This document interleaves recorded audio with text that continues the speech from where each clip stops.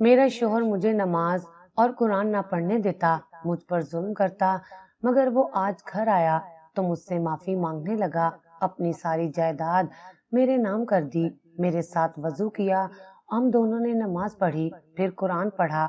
وہ میرا ہاتھ پکڑ کر بولا، اللہ نے مجھے ہدایت دے دی ہے، اب میں تمہاری زندگی جنت بنا دوں گا۔ اور پھر ہم سو گئے۔ میں حیران تھی کہ آج اسے ہوا کیا ہے، لیکن ابھی کچھ دیر ہی گزری تھی کہ دروازے پر دستک ہونے لگی۔ میں نے شوہر کو جگایا کہ دروازے پر کوئی آیا ہے، مگر شوہر نے مجھے اپنی باہوں میں بھر لیا اور کہا، چپ کر کے سو جاؤ، جو کوئی بھی ہوگا بعد میں آ جائے گا۔ شوہر نے آنکھیں بند کر لی۔ میں مسلسل اس کا چہرہ دیکھ رہی تھی اور دل ہی دل میں اللہ کا شکر ادا کر رہی تھی جس نے اسے ہدایت دے دی تھی۔ اچانک دروازہ اب کی بار زور سے بجا تھا۔ میں نے سوچا کوئی پڑوسن ہوگی، اسے کچھ چاہیے ہوگا، مگر پھر شوہر کی بات یاد آئی اور میں چپ کر کے لیٹی رہی، مگر اب ایسے لگ رہا تھا جیسے دروازہ توڑ کر کوئی اندر داخل ہو جائے گا۔ شوہر کی طرف دیکھا تو وہ گہری نیند میں سو چکا تھا۔ وہ دن بھر کا تھکا ہوا تھا۔ میں چپکے سے اٹھی اور دروازے کے پاس جا کر پوچھا کہ کون ہے؟ باہر سے آواز آئی، پولیس، جلدی سے دروازہ کھولو۔ اچانک میرے ماتھے پر پسینہ آنے لگا۔ اس وقت ہمارے گھر پولیس کا کیا کام ہو سکتا ہے؟ میں نے جلدی سے دروازہ کھولا تو سامنے دو پولیس والے کھڑے تھے، ان کے ساتھ کچھ اور لوگ بھی تھے اور ایک ایمبولینس باہر کھڑی تھی جس میں کسی کی میت پڑی تھی۔ پولیس والا بڑے آرام سے بولا، بی بی، ہمیں افسوس ہے کہ آپ کے شوہر کا انتقال ہو گیا ہے۔ اس کی بات سن کر میرا تو دماغ چکرا گیا تھا، ایسے لگا جیسے وقت رک گیا ہو۔ میں نے اس کی بات سن کر کہا، کیا بکواس کر رہے ہو؟ میرا شوہر تو اندر ہے، کمرے میں سویا ہوا ہے۔ پولیس والے ایک دوسرے کو دیکھنے لگے۔ میں نے جلدی سے پیچھے مڑ کر کمرے کی طرف دیکھا جہاں میرا شوہر سویا ہوا تھا، مگر اب مجھے شوہر کی چارپائی خالی محسوس ہو رہی تھی، جیسے وہاں کوئی نہ ہو۔ اچانک سے میری سانس رکنے لگی۔ ابھی تو وہ میرے ساتھ تھا، میں نے اس کی سانسوں کی گرمی محسوس کی تھی، اس کے لمس کو اپنے وجود پر پایا تھا، لیکن اب وہاں کوئی نہیں تھا۔ میری دونوں ٹانگیں کانپنے لگی۔ میں نے دوڑ کر کمرے کے اندر دیکھا، بستر بے ترتیب تھا، جیسے کسی نے ابھی ابھی اسے چھوڑا ہو۔ تکیے پر اس کی خوشبو تھی، ہوا میں اس کی موجودگی کا احساس تھا، لیکن وہ خود وہاں نہیں تھا۔ یہ کیا ہو رہا ہے؟ میری آواز لرز گئی۔ میں پلٹ کر دوبارہ دروازے کی طرف آئی۔ میرا دل ایک دم خوف سے بھر گیا تھا۔ یہ جھوٹ ہے، میں نے تقریباً چیخ کر کہا۔ یہ کیسے ممکن ہے؟ میں نے خود انہیں ابھی اندر جاتے دیکھا تھا۔ پولیس والے میرے رد عمل پر خاموش کھڑے تھے۔ مجھے لگا جیسے ان کے چہروں پر ایک عجیب سا تاثر تھا، جیسے وہ پہلے سے کچھ جانتے ہوں۔ ہم سمجھ سکتے ہیں کہ آپ کے لیے یہ یقین کرنا مشکل ہے، لیکن ایک افسر نے اشارہ کیا اور اسٹریچر پر رکھا جنازہ میری طرف بڑھا دیا گیا۔ میں نے خوف زدہ نظروں سے اسے دیکھا۔ میرا دل زور زور سے دھڑکنے لگا۔ نہیں، یہ نہیں ہو سکتا۔ میں نے بے یقینی سے سر ہلایا۔ آپ تصدیق کر سکتی ہیں، میرا جسم برف کی طرح ٹھنڈا ہو گیا تھا، میرے ہاتھ لرز رہے تھے، مگر جیسے ہی پولیس والے نے کفن کا کونا تھوڑا سا ہٹایا، میری سانس جیسے رک گئی۔ کفن کے نیچے چہرہ نظر آ رہا تھا، مگر میں نے نظریں چرا لی۔ نہیں، یہ جھوٹ ہے۔ میں نے ایک قدم پیچھے لیا، لیکن پھر کچھ سوچ کر میں نے دوبارہ جھک کر دیکھا۔ میرا دل ایک لمحے کے لیے رک سا گیا۔ یہ کیسے ممکن تھا؟ میرے سامنے میرے شوہر کا جنازہ تھا، مگر اگر وہ یہاں ہے تو کمرے میں کون تھا؟ مجھے کچھ سمجھ نہیں آ رہا تھا۔ میرا دماغ جیسے سن ہو چکا تھا، میری آنکھوں کے آگے اندھیرا چھانے لگا۔ بیگم صاحبہ، آپ ٹھیک ہیں؟ پولیس والے نے میرا کندھا تھاما، لیکن میں نے ایک جھٹکے سے خود کو پیچھے کیا۔ مجھے اندر جانا ہے۔ میں تقریباً بھاگتی ہوئی دوبارہ کمرے میں آئی۔ میری نظریں چاروں طرف دوڑ رہی تھیں۔ میں نے الماری کھولی، باتھ روم کا دروازہ کھولا، کھڑکیوں کے پردے ہٹائے، لیکن کہیں بھی وہ نہیں تھا۔ یہ کیسے ہو سکتا ہے؟ ابھی کچھ لمحے پہلے میں نے انہیں چھوا تھا، انہیں محسوس کیا تھا، وہ حقیقت میں میرے ساتھ تھے۔ پھر یہ جنازہ کہاں سے آیا؟ میرے کانوں میں پولیس والے کی آواز گونجی، آپ کے شوہر کا انتقال ہو گیا ہے۔ میں نے بے یقینی سے سر جھٹکا۔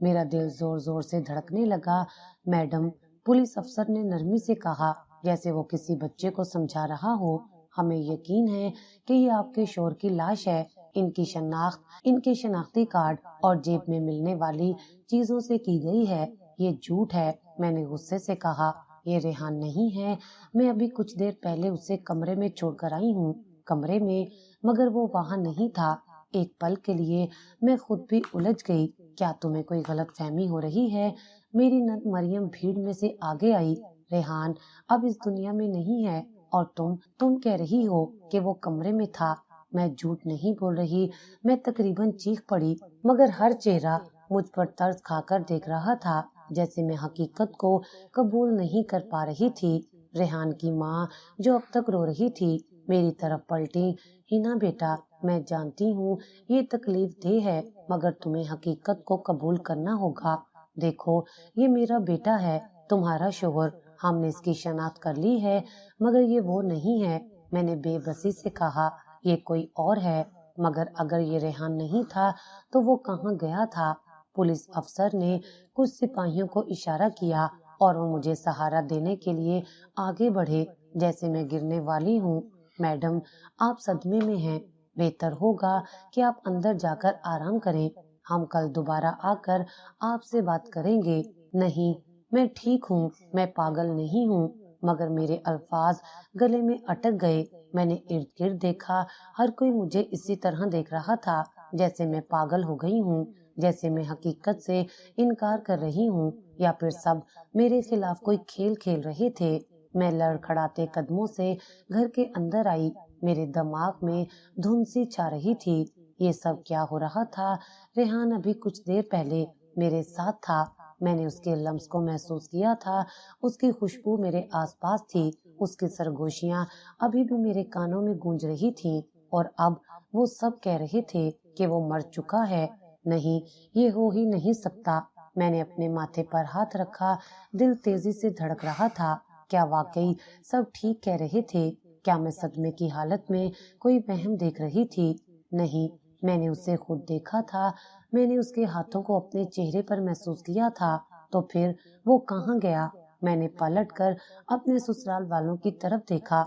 سب اپنے اپنے انداز میں صدمے کا اظہار کر رہے تھے، مگر ان کے چہرے پر جو افسوس تھا وہ مجھے مصنوعی لگا۔ میری نند مریم میرے قریب آئی، اس کی آنکھوں میں نمی تھی، چہرے پر افسوس اور ہمدردی کا ایسا امتزاج تھا جو مجھے مزید بے چین کر رہا تھا۔ ہنا پلیز سمجھنے کی کوشش کرو۔ اس کی آواز نرم تھی، مگر تھکی ہوئی تھی، جیسے وہ کسی ضدی بچے کو سمجھانے کی کوشش کر رہی ہو۔ یہ سب تمہارے لیے آسان نہیں ہے، مگر ہمیں سب برداشت کرنا ہوگا۔ ریحان چلا گیا ہے، ہمیں اسے سکون سے دفنا دینا چاہیے۔ میں نے ایک جھٹکے سے اپنا ہاتھ اس کی گرفت سے کھینچ لیا، جیسے اس کا لمس بھی مجھے مزید توڑ رہا ہو۔ نہیں، میں نے تقریباً چیختے ہوئے کہا، میری آواز میں بے بسی، تکلیف اور غصہ سب شامل تھے۔ تم لوگ میری بات پر یقین کیوں نہیں کر رہے؟ میں نے اسے کمرے میں دیکھا تھا، وہ میرے ساتھ تھا، اس نے مجھے چھوا تھا، میری آنکھوں میں آنکھیں ڈال کر بات کی تھی۔ مریم نے گہری سانس لی، جیسے میرے الفاظ نے اس کے اندر کسی درد کو جگا دیا ہو۔ اس کی آنکھوں میں افسوس اور نرمی مزید نمایاں ہو گئی۔ اس نے آہستہ سے میرا ہاتھ تھامنا چاہا، مگر میں پیچھے ہٹ گئی۔ ہنا، اس نے آہستہ سے کہا، جیسے ہر لفظ تول تول کر کہہ رہی ہو، ہم جانتے ہیں کہ تمہیں صدمے سے نکلنے میں وقت لگے گا، مگر حقیقت کو قبول کرو۔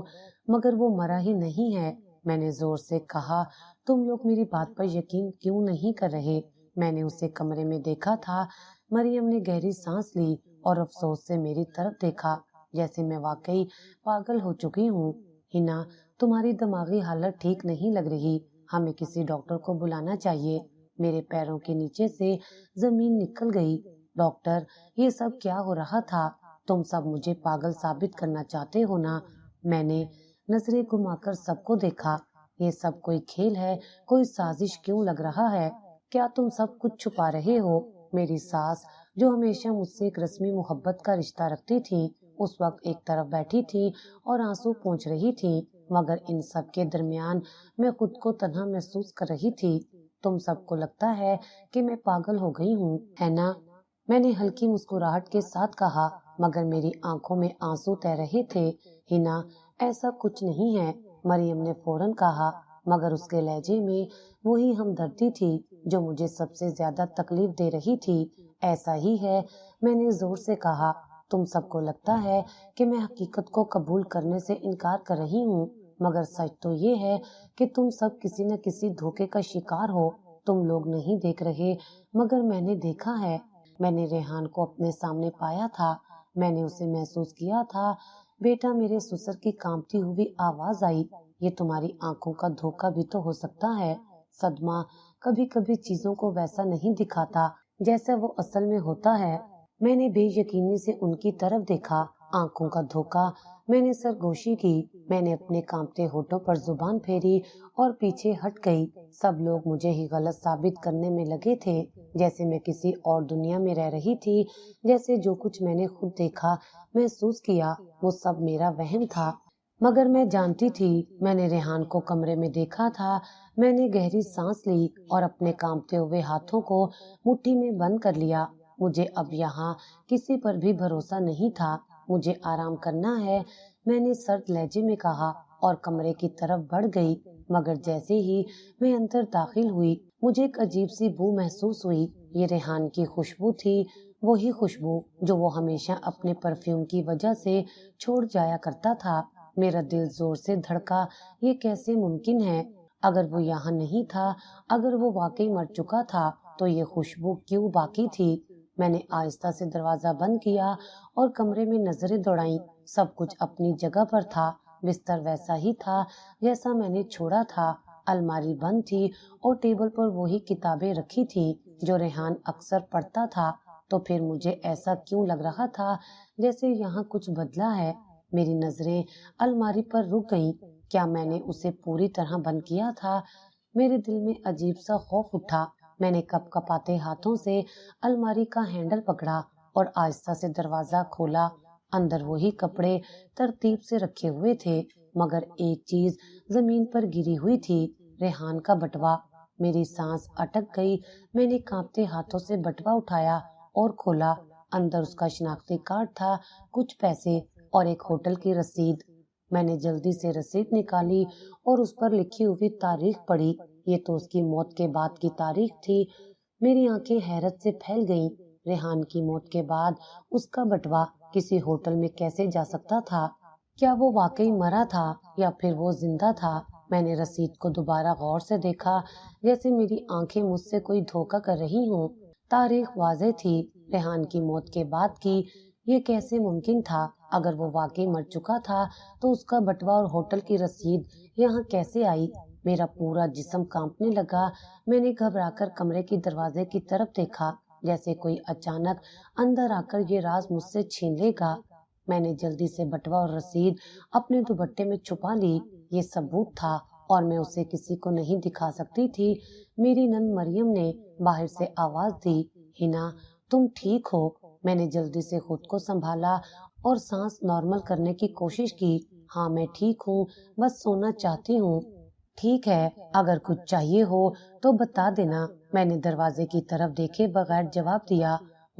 جیسے ہی میں نے ان کے قدموں کی آواز سنی، میں نے جلدی سے بٹوا تکیے کے نیچے چھپا دیا اور خود کو نارمل ظاہر کرنے کی کوشش کی، مگر میرے اندر جیسے طوفان برپا تھا۔ اگر ریحان زندہ تھا تو وہ کہاں تھا اور اس کی موت کا یہ ڈرامہ کیوں کیا گیا تھا؟ میں نے یاد کرنے کی کوشش کی کہ وہ اپنی موت سے پہلے کس قسم کے حالات میں تھا۔ کیا وہ پریشان تھا؟ کیا اس نے کوئی ایسی بات کہی تھی جو مجھے نظر انداز نہیں کرنی چاہیے تھی؟ پھر اچانک ایک بات یاد آئی۔ 2 ہفتے پہلے میں نے ریحان کو فون پر کسی سے سخت لہجے میں بات کرتے سنا تھا۔ یہ کام جلدی کرنا ہوگا، میں زیادہ دیر تک انتظار نہیں کر سکتا۔ تب میں نے سوچا تھا کہ یہ شاید اس کے کام کا معاملہ ہوگا، مگر کیا یہ اس کی موت کا کوئی منصوبہ تھا؟ کیا وہ جان بوجھ کر سب سے چھپ رہا تھا؟ میرا دل اب زور زور سے دھڑک رہا تھا۔ مجھے حقیقت جاننی تھی اور اس کے لیے مجھے اس ہوٹل میں جانا ہوگا جہاں سے یہ رسید ملی تھی۔ مجھے اس ہوٹل جانا تھا۔ یہ اب میرے لیے محض ایک اتفاق نہ تھا، نہ ہی کوئی وہم۔ میں نے اپنی آنکھوں سے وہ رسید دیکھی تھی، وہ تاریخ پڑھی تھی ریحان کی موت کے بعد کی. اگر وہ مر چکا تھا تو اس کا بٹوا وہاں کیسے پہنچا؟ پھر کیا وہ واقعی زندہ تھا؟ مجھے یہ سوال کسی اور سے نہیں خود سے کرنا پڑ رہا تھا، کیونکہ باقی سب نے مجھے پاگل سمجھ لیا تھا. لیکن میں جانتی تھی کہ میں پاگل نہیں ہوں. میں نے دوپہر کا انتظار کیا جب سب ظہر کی نماز کے بعد قیلولہ کر رہے تھے. چپکے سے میں نے اپنا بیگ اٹھایا، رسید کو دوبارہ دیکھا اور باہر نکل گئی. ہوٹل میرے گھر سے زیادہ دور نہیں تھا، مگر وہاں جانے کے دوران میرے دل کی دھڑکن بے قابو ہو رہی تھی. اگر ریحان وہاں ہوا تو اگر اس نے مجھے دیکھ لیا تو، یا پھر اگر وہ وہاں تھا ہی نہیں، اگر یہ سب ایک اور دھوکا تھا. گاڑی ہوٹل کے سامنے رکی. میں نے جلدی سے اتر کر ایک نظر ارد گرد ڈالی، کہیں کوئی جان پہچان والا نہ ہو، کوئی دیکھ نہ رہا ہو. ہوٹل زیادہ بڑا نہیں تھا، ایک عام سا رہائشی ہوٹل جہاں زیادہ تر مسافر یا عارضی قیام کرنے والے لوگ رہتے ہیں. میں نے اندر داخل ہو کر ریسیپشن پر موجود آدمی کی طرف قدم بڑھائے. السلام علیکم، مجھے ایک بات معلوم کرنی ہے. میں نے اپنے لہجے کو حتم الامکان پرسکون رکھا. ریسیپشنسٹ نے سر اٹھا کر مجھے دیکھا. جی بتائیے. میں نے رسید آگے رکھی. یہ کمرہ کن کے نام پر بک ہوا تھا؟ آدمی نے ایک نظر رسید پر ڈالی، پھر مجھ پر. میڈم، یہ معلومات ہم کسی کو نہیں دے سکتے. میرا دل ڈوبنے لگا. برائے کرم، یہ بہت ضروری ہے. یہ میرے شوہر کی چیز ہے اور وہ انتقال کر چکے ہیں. میں نے جان بوجھ کر اپنی آواز لرزائی. آدمی نے ایک لمحے کے لیے سوچا، پھر سرگوشی میں بولا، یہ کمرہ ایک شخص کے نام پر بک ہوا تھا، ندیم خان. ندیم خان، یہ نام میرے لیے نیا نہیں تھا. یہ ریحان کے سب سے قریبی دوست کا نام تھا. ندیم خان. یہ نام سنتے ہی میرے دماغ میں دھماکہ سا ہوا. ریحان کا سب سے قریبی دوست وہی ندیم جو ریحان کے ساتھ ہر وقت رہتا تھا، اس کا رازدار تھا، جسے میں ہمیشہ ایک مخلص دوست سمجھتی آئی تھی. مگر اب اگر وہ ہوٹل کا کمرہ ندیم کے نام پر بک تھا تو اس کا مطلب تھا کہ وہ ریحان کی موت کے بعد بھی کسی نہ کسی طرح اس معاملے میں شامل تھا. کیا وہ سب کچھ جانتا تھا؟ کیا وہ اس سازش میں شامل تھا؟ میرا دماغ سن ہونے لگا. میں نے خود کو سنبھالا اور ریسیپشن والے آدمی سے پوچھا، کیا آپ کو یاد ہے کہ یہ شخص یہاں آیا تھا؟ وہ اکیلا تھا یا کسی کے ساتھ تھا؟ آدمی نے کندھے اچکائے. میڈم، یہاں روز سینکڑوں گاہک آتے ہیں، سب کو یاد رکھنا مشکل ہوتا ہے. مگر وہ رکا جیسے کچھ سوچ رہا ہو. ہاں، ایک بات یاد آئی. وہ آدمی جب آیا تھا تو کافی جلدی میں لگ رہا تھا اور وہ جھجکا، اور اس کے ساتھ ایک اور آدمی بھی تھا، مگر میں نے اس چہرہ صاف نہیں دیکھا تھا. میرا سانس رکنے لگا. کیا وہ دوسرا آدمی ریحان تھا؟ کیا آپ کے پاس کوئی CCTV فوٹیج ہے؟ میں نے جلدی سے پوچھا. آدمی نے نفی میں سر ہلا دیا. یہ ہوٹل پرانا ہے، یہاں ایسا کوئی سسٹم نہیں. میری مایوسی میں مزید اضافہ ہو گیا. میں نے رسید کو مٹھی میں دبایا اور ہوٹل سے باہر نکل آئی. میرے دماغ میں اب صرف ایک ہی سوال تھا، ندیم سے سامنا کیسے کیا جائے؟ اگر وہ اس سازش میں شامل تھا تو کیا وہ سچ بتائے گا؟ میری سانسیں بے ترتیب ہونے لگی. مجھے ندیم سے ملنا تھا. وہ ریحان کا سب سے قریبی دوست تھا، ہمیشہ ہنسی مذاق کرنے والا، مگر آج وہ میرے لیے سب سے مشکوک شخص بن چکا تھا. مجھے سیدھے اس کے پاس جانے کی بجائے احتیاط سے کام لینا تھا. میں نے فون نکالا اور ندیم کا نمبر ڈائل کیا. چند سیکنڈ بعد اس نے فون اٹھا لیا. ہنا، اس کی آواز میں حیرانی تھی. تم نے اس وقت کیسے یاد کر لیا؟ سب ٹھیک ہے؟ میں نے اپنا لہجہ نارمل رکھنے کی کوشش کی. ہاں، بس تم سے ایک بار ملنا تھا، کچھ ضروری بات کرنی ہے. ابھی ندیم نے الجھ کر کہا. ہنا، تمہاری حالت ٹھیک نہیں ہے، تمہیں آرام کرنا چاہیے. تو وہ بھی یہی چاہتا تھا کہ میں خاموش ہو جاؤں. میں نے زبردستی مسکرا کر کہا، میں ٹھیک ہوں، بس کچھ وضاحت چاہیے. پلیز مجھے انکار مت کرنا. تم تو ریحان کے سب سے اچھے دوست تھے نا. چند لمحے خاموشی رہی. پھر ندیم نے کہا، ٹھیک ہے، آ جاؤ، میں گھر پر ہوں. فون بند ہوتے ہی میرا دل زور زور سے دھڑکنے لگا. یہ ملاقات عام نہیں ہونے والی تھی. یہ کھیل اب میرے ہاتھ میں تھا. مجھے ندیم کی آنکھوں میں سچ تلاش کرنا تھا. میں نے گہری سانس لی اور گاڑی میں بیٹھ کر ندیم کے گھر کی طرف روانہ ہو گئی. ندیم کے گھر کی طرف جاتے ہوئے میرے دل کی دھڑکن بے قابو ہو رہی تھی. مجھے معلوم تھا کہ کہ اگر ندیم اس سازش میں شامل تھا تو وہ سچ چھپانے کی پوری کوشش کرے گا، مگر اگر وہ بے قصور تھا تو شاید اس کے چہرے پر کچھ ایسا دکھائی دے جو مجھے حقیقت کے قریب لے جائے۔ مجھے صرف اس کی آنکھوں میں جھانکنا تھا۔ میں نے گاڑی روکی، دروازے پر دستک دی۔ چند لمحوں بعد ندیم نے دروازہ کھولا۔ ہنا، وہ حیرانی سے بولا، تم نے کہا تھا نا کہ ملنا چاہتی ہو، مگر تمہاری شکل دیکھ کر لگ رہا ہے جیسے تمہیں کوئی بہت بڑا شک ہو گیا ہے۔ یہ بندہ اتنا آرام دہ کیسے ہو سکتا ہے؟ ہاں، مجھے کچھ سوالوں کے جواب چاہیے۔ میں نے سیدھے اس کی آنکھوں میں دیکھا۔ ریحان کی موت کے بعد تم ہوٹل میں کیوں رکے تھے؟ ندیم کے چہرے پر ایک پل کے لیے بے چینی چھا گئی۔ کیا؟ وہ چونک کر بولا، تمہارا نام ہوٹل کی بکنگ پر تھا۔ میں نے رسید اس کے سامنے کر دی۔ یہ وہی ہوٹل ہے جہاں تم ریحان کی موت کے بعد ٹھہرے تھے۔ ندیم کا رنگ ایک دم زرد پڑ گیا۔ گیم پکڑی گئی تھی۔ ہنا، تم وہاں کیوں گئی؟ وہ گھبرا کر بولا، یہ سب چھوڑ دو پلیز۔ تم کیوں چاہتے ہو کہ میں چھوڑ دوں؟ میں ایک قدم آگے بڑھی۔ ندیم، کیا ریحان زندہ ہے؟ ندیم کی آنکھیں حیرت سے پھیل گئیں، جیسے میں نے اس کا سب سے بڑا راز کھول دیا ہو۔ یہی وہ لمحہ تھا جس کا مجھے انتظار تھا۔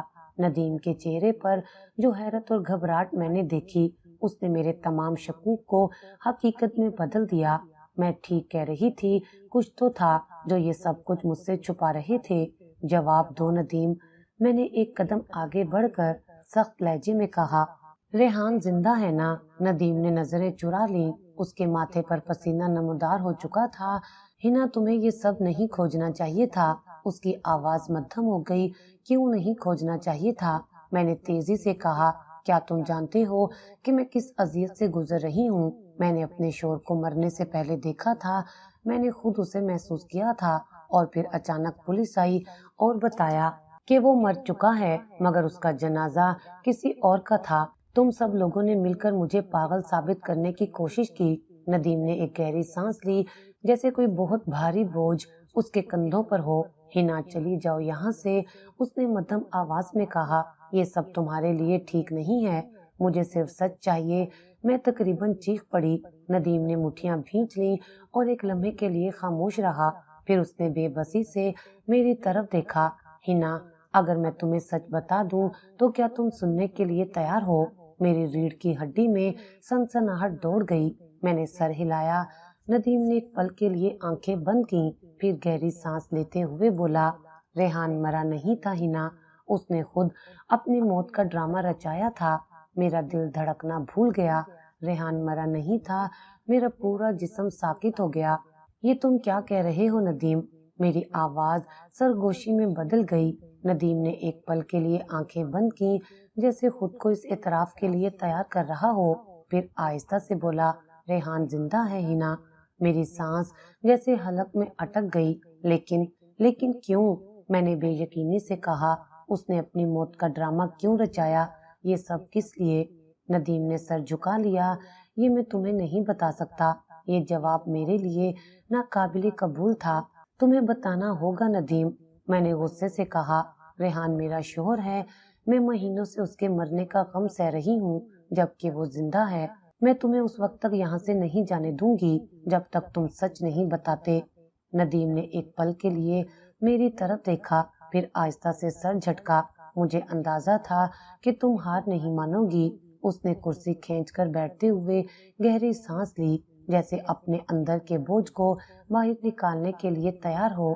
یہ سب ایک پلان تھا ہنا۔ اس کی آواز مدھم تھی، مگر ہر لفظ تیر کی طرح میرے دماغ میں پیوست ہو رہا تھا۔ کیا مطلب پلان؟ میں نے الجھ کر کہا۔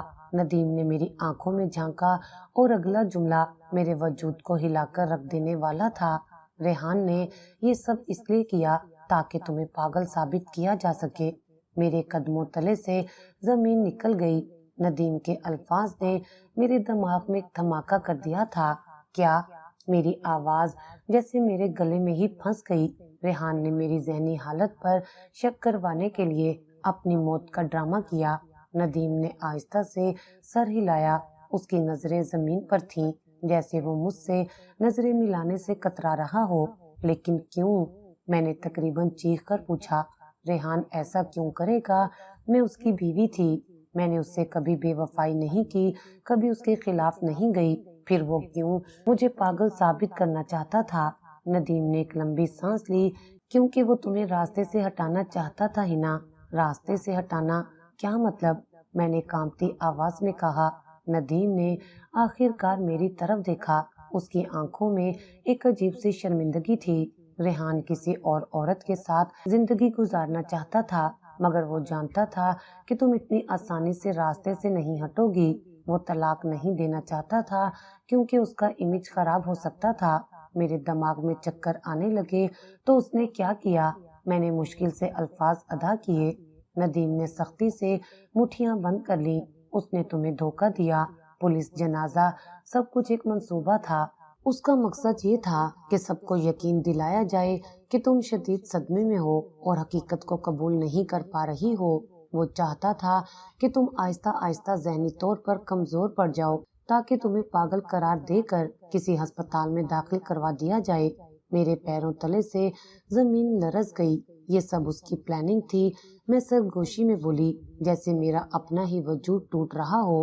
ہاں، ندیم نے دکھ سے کہا، اور میں بھی سازش کا حصہ تھا، مگر میں اب مزید خاموش نہیں رہ سکتا۔ تمہیں سچ جاننے کا حق ہے۔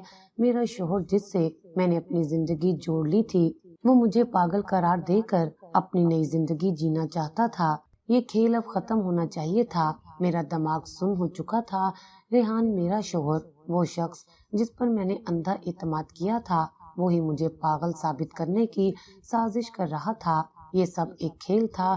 میری تکلیف، میری بے بسی، وہ سب آنسو جو میں نے اس کی موت پر بہائے، سب بیکار۔ ندیم خاموشی سے مجھے دیکھ رہا تھا، جیسے جانتا ہو کہ میرے اندر طوفان برپا ہو چکا ہے۔ میں نے بے یقینی سے سر جھٹکا۔ یہ کیسے ممکن ہے؟ پولیس، جنازہ، سب کیسے جعلی ہو سکتے ہیں؟ ندیم نے گہری سانس لی۔ ریحان نے یہ سب پیسے اور تعلقات کے زور پر کیا ہنا۔ پولیس کو خرید لیا۔ میں نے غصے سے کہا۔ ہاں، وہ افسر جس نے تمہیں اس کی موت کی اطلاع دی تھی، وہ سب جانتا تھا۔ جنازہ کسی اور کی لاش کا تھا جو ہسپتال میں مر چکا تھا اور جس کا کوئی وارث نہیں تھا۔ میرا دل جیسے مٹھی میں آ گیا۔ میں نے کانپتے ہاتھوں سے اپنا دوپٹہ مضبوطی سے پکڑا۔ اور وہ اب کہاں ہے؟ میں نے آہستہ مگر مضبوط آواز میں پوچھا۔ ندیم نے نظریں چرا لی۔ مجھے نہیں معلوم۔ جھوٹ مت بولو ندیم، میں نے چیخ کر کہا۔ تم جانتے ہو وہ کہاں ہے۔ تم اس کھیل کا حصہ تھے، تمہیں سب معلوم ہے۔ ندیم نے مٹھیاں بند کر لی اور آہستہ سے کہا، وہ اس وقت ملک سے باہر جانے کی تیاری کر رہا ہے۔ میری سانس رک گئی۔ کیا؟ ندیم نے افسوس سے کہا۔ اب جب کہ وہ سب کو یہ باور کروا چکا ہے کہ تم ذہنی طور پر ٹھیک نہیں، وہ کسی بھی دن ملک چھوڑ کر جا سکتا ہے۔ یہ کھیل اب ختم کرنا ہوگا۔ میں ریحان کو ایسے جانے نہیں دوں گی۔ میں نے ندیم کی طرف دیکھا۔ میری آنکھوں میں اب آنسو نہیں تھے۔ تم میری مدد کرو گے؟ ندیم نے مجھے دیکھا، پھر آہستہ سے سر ہلایا۔ ہاں ہنا، اب مزید جھوٹ کا حصہ نہیں بنوں گا۔ ریحان نے مجھے کمزور سمجھا تھا، مگر وہ نہیں جانتا تھا کہ میں اپنی تباہی کا حساب لینا جانتی ہوں۔ ریحان نے سوچا تھا کہ میں ٹوٹ جاؤں گی، ہار مان لوں گی، مگر اب یہ کھیل اس کے ہاتھ سے نکل چکا تھا۔ ندیم نے مجھے بتایا کہ ریحان ایک ہفتے کے اندر ملک چھوڑنے والا تھا۔ اس کے تمام کاغذات تیار تھے، نئی شناخت، نیا پاسپورٹ، سب کچھ۔ وہ کسی بھی وقت جا سکتا ہے۔ ندیم نے کہا، اگر تمہیں کچھ کرنا ہے تو جلدی کرو، مجھے ہر وہ جگہ بتاؤ جہاں وہ چھپا ہوا ہو سکتا ہے۔ میں نے سخت لہجے میں کہا۔ ندیم نے پل بھر کو سوچا، پھر بولا، ایک فارم ہاؤس ہے شہر سے باہر، وہاں اس نے کئی بار مجھ سے ملاقات کی، ہو سکتا ہے وہ ابھی بھی وہیں ہو۔ مجھے اسے پکڑنا تھا اپنے ہاتھوں سے، اپنی آنکھوں کے سامنے۔ میں نے ندیم کی طرف دیکھا۔ کیا تم میرے ساتھ چلو گے؟ وہ تھوڑا جھجکا، پھر آہستہ سے بولا، ہاں، میں تمہاری مدد کروں گا۔ مجھے یہ سب ختم کرنا ہوگا۔ اب میں شکاری تھی اور ریحان میرا شکار۔ رات کے وقت میں اور ندیم فارم ہاؤس کے قریب پہنچے۔ یہ جگہ سنسان تھی، آس پاس کھیت اور اندھیرا۔ گیٹ بند تھا، مگر اندر ہلکی روشنی نظر آ رہی تھی۔ وہ یہاں ہو سکتا ہے، ندیم نے سرگوشی میں کہا۔ میرا دل دھڑکنے لگا۔ میں نے پرس سے ایک فون نکالا اور پولیس کو میسج ٹائپ کیا۔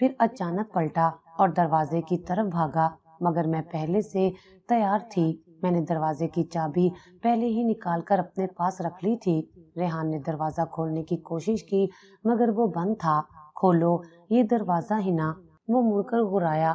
میں نے سکون سے چابی اپنے ہاتھ میں گھمائی۔ اب کوئی راستہ نہیں ریحان، میں نے سخت لہجے میں کہا، اب تمہیں وہی سزا ملے گی جو تمہارے جیسے دھوکے باز کے لیے بنتی ہے۔ ریحان نے دیوار پر ہاتھ مارا۔ تمہیں لگتا ہے کہ پولیس مجھے پکڑ لے گی؟ تمہیں لگتا ہے کہ میں تمہارے جال میں آ جاؤں گا؟ میں نے طنزیہ مسکراہٹ کے ساتھ کہا، ریحان تم جال میں پہلے ہی آ چکے ہو، یہ تمہاری چال تھی مگر اب بساط پلٹ چکی ہے۔ دور سے پولیس کے سائرن کی آواز سنائی دینے لگی۔ ریحان کی آنکھوں میں خوف ابھر آیا۔ اب وہ جان چکا تھا کھیل واقعی ختم ہو چکا تھا۔ پولیس کی سائرن کی آواز قریب آ رہی تھی اور ریحان کا چہرہ زرد پڑ چکا تھا۔ وہ جان چکا تھا کہ اب کوئی راستہ نہیں بچا۔ ہنا تمہیں لگتا ہے کہ یہ سب کر کے تم جیت گئی ہو؟ ریحان نے زبردستی ہنسی مگر اس کی آنکھوں میں اب بھی خوف چھپا ہوا تھا۔ میں نے چابی اپنی انگلیوں پر گھمائی اور دروازے کے قریب جا کر کھڑی ہو گئی۔ جیت؟ میں نے سر جھٹک کر کہا، نہیں ریحان، یہ جیت کا نہیں، انصاف کا معاملہ ہے۔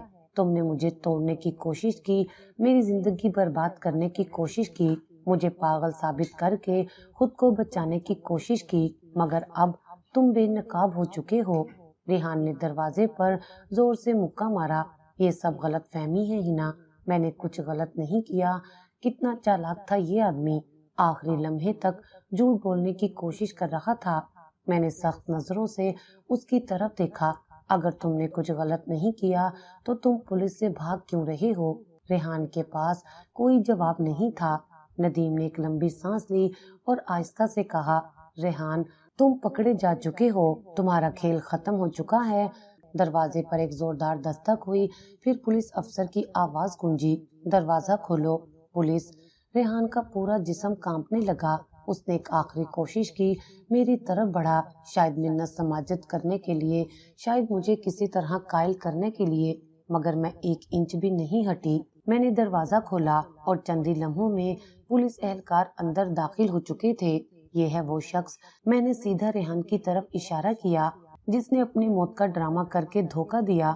افسر نے ریحان کو سخت نظروں سے گھورا، مسٹر ریحان، آپ کو دھوکہ دہی اور مجرمانہ سازش کے تحت گرفتار کیا جاتا ہے۔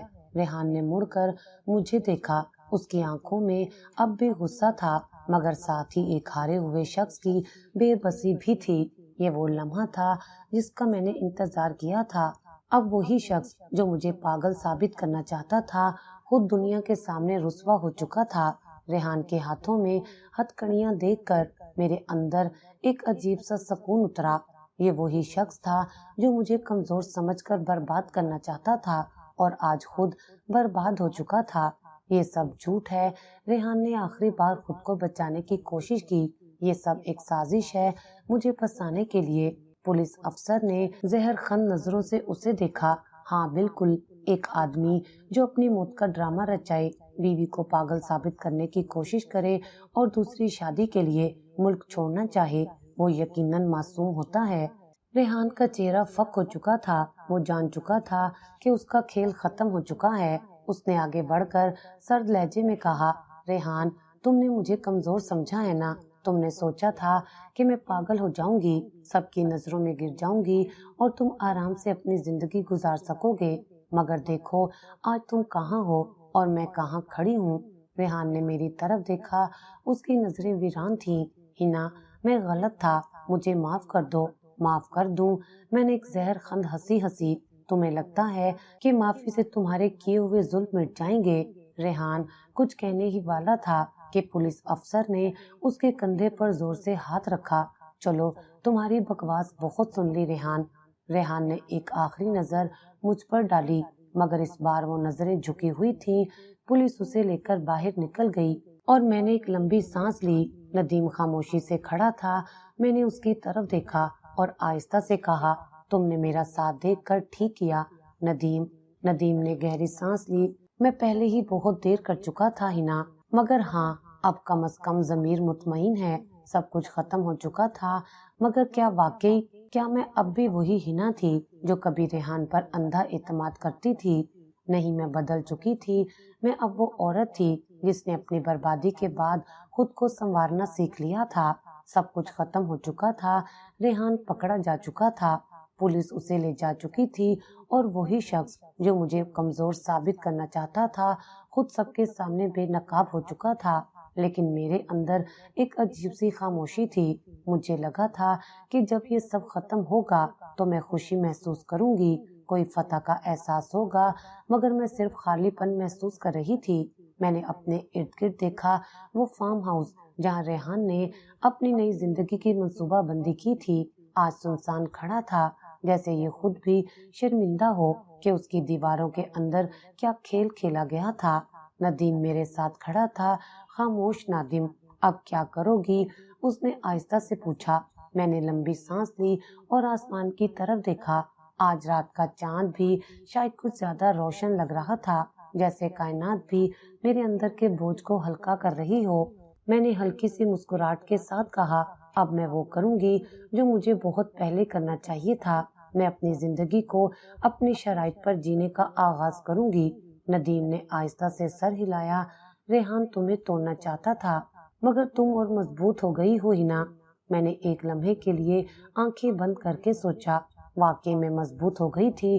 کبھی میں نے ریحان کو اپنی دنیا کا مرکز سمجھا تھا۔ میں نے اپنی زندگی کا ہر فیصلہ اس کی خواہش کے مطابق کیا، اس کے لیے ہر قربانی دی، مگر آج میں سمجھ چکی تھی کہ محبت اندھا اعتماد نہیں ہوتی، اور رشتے قربانی کے نام پر خود کو ختم کرنے کا ذریعہ نہیں ہوتے۔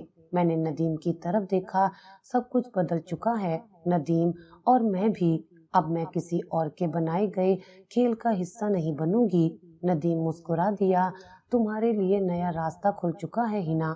ہاں، ایک نیا راستہ، ایک نئی شروعات۔ میں نے آخری بار اس فارم ہاؤس پر نظر ڈالی جیسے اپنی پرانی زندگی کو الوداع کہہ رہی ہوں۔ پھر میں نے گاڑی کا دروازہ کھولا اور نئی منزل کی طرف روانہ ہو گئی۔